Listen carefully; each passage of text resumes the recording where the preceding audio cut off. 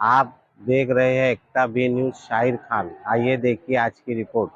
मी आज आपणाला माझ्या भिवंडी लोकसभा क्षेत्रातील भिवंडी शहर आणि भिवंडी ग्रामीण या भागाची वीज वितरण कंपनी आहे टोरेंटो, या कंपनीविषयी मी आपल्यासमोर माझं मत मांडतोय।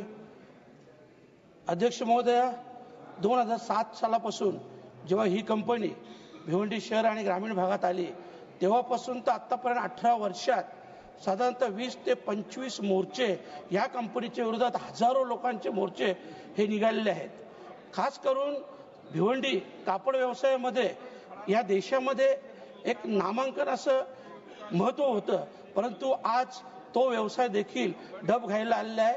हजारो लोकांचा रोजगार हा बुडालेला आहे। अध्यक्ष महोदय, ही वीज वितरण कंपनी मनमानीप्रमाणे लोकांच्या घरात घुसून जी फाईन करायची फाईन करतोय।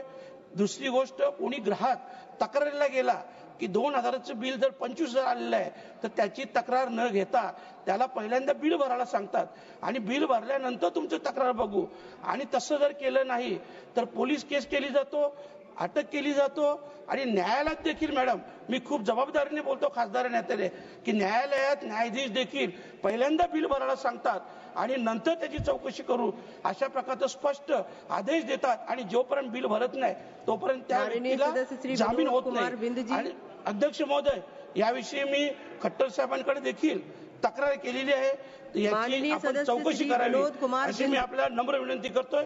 धन्यवाद।